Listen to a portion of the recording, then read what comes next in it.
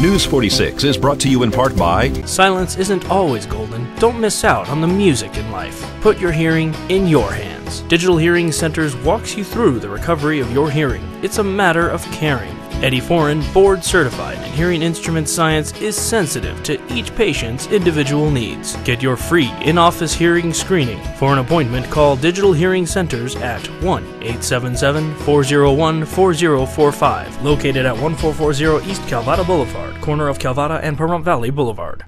On February 11th of this year, Nye County Sheriff's deputies, Pahrump Valley Fire and Rescue, responded to a vicious attack on a 20-year-old woman at Highway 372 in Blag, where a large rock was thrown through the front windshield of her van.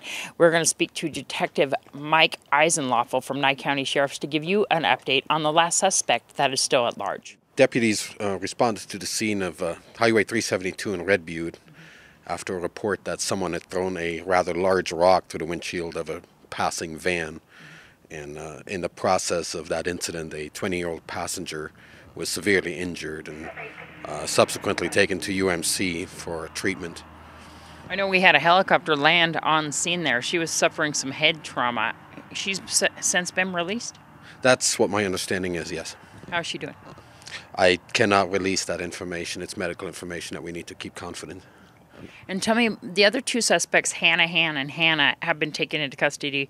They went to court. What's the result of that right now? Yes, both of them were arrested and taken into custody. Tim Hanahan, who was the driver of the getaway vehicle, is still in custody at this point and is being charged with aiding and abetting in the crime. Kevin Hanna was one of the passengers who was also arrested initially but has since been released with no charges filed.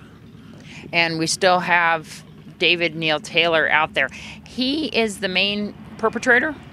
Yes, he's alleged to have thrown the rock, causing the severe injuries to the victim. Do we know why this happened? All I can say at this point is that this was an act of revenge on an incident that happened previous to this and related or involved all the individuals in this case. Were they together, the female that was the victim of this and David Neil Taylor? What's their relationship? I cannot release that at this point, but there is a relationship there and an incident that occurred between them that sparked this unfortunate, tragic event. I know that we're looking at different leads right now, anonymous leads. Mm-hmm. We know where David Neil Taylor lives because he was actually the person that was the next door neighbor of the fire victims on Prospector. Yeah. What are we searching for? Do we think he's still in town? Do we think he's in Nevada? Where do we think he's at? Yes, I believe he is in town. We're following up on several leads, receiving leads on a daily basis almost. But to this point, he has not yet surfaced.